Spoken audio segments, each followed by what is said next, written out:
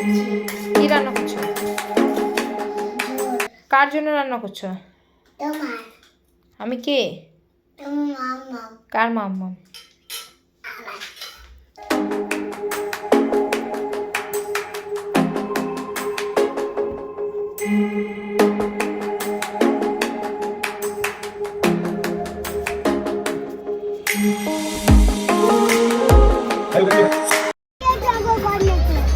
বাবু তুই কর্নাটা খেতে পারবি?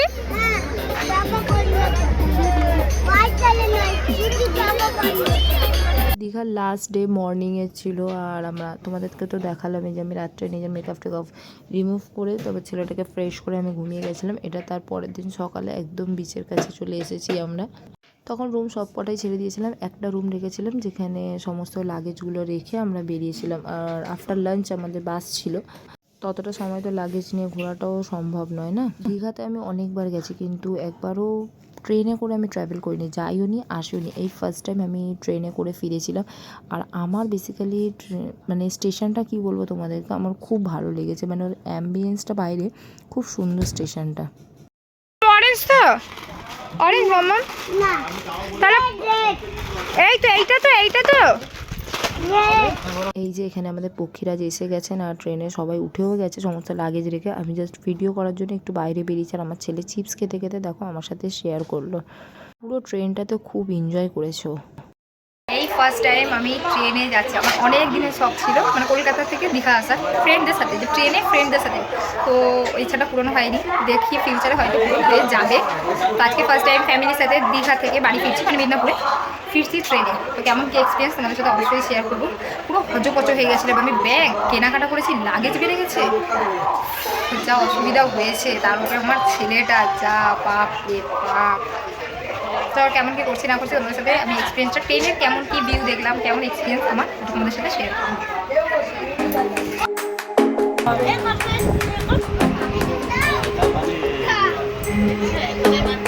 কমপ্লিট না, নাহলে একদিন পিকনিক হবে, চপমুড়ির পিকনিক। ও মাম্মি এইদিকে তাকিয়ে দেখুন কি হচ্ছে, এইদিকে দেখুন। ও মামি মামি এই বাবাই এই আন্টি আসছে বসে বলে এই বাবা উঠে দিচ্ছে তিনটা ঘোড়া দেখি দল ছুট হয়ে অন্যদিকে। বলি কি ব্যাপার হলো ভাই, অন্যদিকে যাচ্ছে দেখি। প্রচুর হাসাহাসি আর কি করলাম, আর আগে সিমলা যাওয়ার গল্প করছিল, তো পুরোনো মেমোরিজগুলো মনে করে সবাই হাসাহাসি করছিল। আর ট্রেনে উঠে যে খাবারটা না খেলে অসম্পূর্ণ। আমার ছেলেটাও শিখেছে ট্রেনে ওটা মানে ওর ঝালমুড়ি বা মুড়ি মাখা যাই বলো না কেন ওর প্রয়োজন। ফাইনালি আমরা আমাদের ডেস্টিনেশন মেদিনীপুর স্টেশন পৌঁছে গেছি।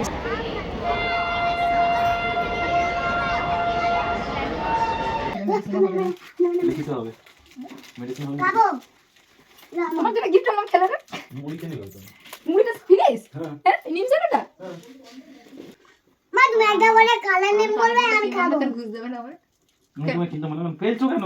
ক্লোজ করে বসে একটা জিনিস দিব। তুমি আইস ক্লোজ করে বসো, আমি একটা জিনিস দেব।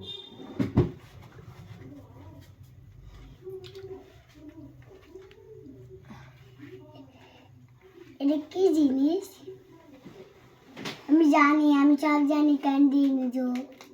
থ্যাংক ইউ করেছো, থ্যাংক ইউ থ্যাংক ইউ। কোথায় কিনেছিলে? এবার আমার সারপ্রাইজটা কই? আইস ক্লোজ করো। সত্যিকার আইস ক্লোজ করতে হবে, সত্যিকারে সত্যিকারই তো আইস ক্লোজ আছে। এই তো দেখতে না বাবু, বলো উপরে মাথা করো, বড় মাথা করো। বলে একদম খোলা যাবে না, বলে আমরা যখন বলবো তখন। দাঁড়াও দাঁড়াও, এখন নয়, দাঁড়াও, আমি যখন বলবো তখন। হয়েছে? আমি গেছি করছেন চাবি রিং কত নিল? চাবি রিংটা দেখো আগে, তারপর কত নিল বলবে।